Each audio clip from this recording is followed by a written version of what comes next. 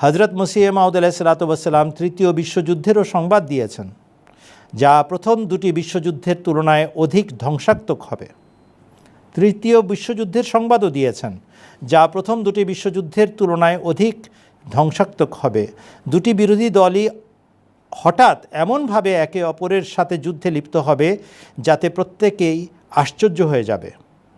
আকাশ থেকে ধ্বংসের বৃষ্টি বর্ষিত হবে এবং ভয়ানক অগ্নিস্ফুলিঙ্গ পৃথিবীকে গ্রাস করে ফেলবে।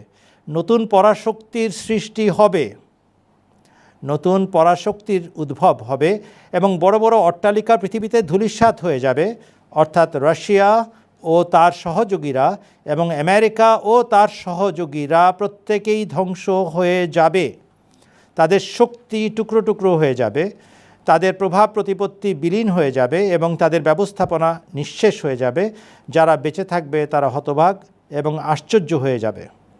অন্যটির মোকাবেলায়, অর্থাৎ পরাশক্তি দুটি যেটি প্রতিপক্ষ হবে, তার তুলনায় রাশিয়ার অধিবাসীগণ দ্রুত এ ধ্বংস থেকে মুক্তি লাভ করবে এবং স্পষ্টভাবে এই ভবিষ্যৎবাণী করেছেন যে তাদের জনসংখ্যা দ্রুত বৃদ্ধি পাবে।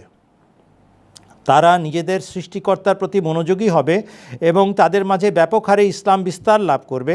সেই জাতি যারা পৃথিবী এবং আকাশ থেকে সৃষ্টিকর্তার নাম ও চিহ্ন মেটানোর কাজে রত ছিল, সেই জাতি নিজেদের পথভ্রষ্টতাকে বুঝতে পারবে এবং ইসলামের অনুসারী হয়ে একত্ববাদের উপর দৃঢ়ভাবে প্রতিষ্ঠিত হবে।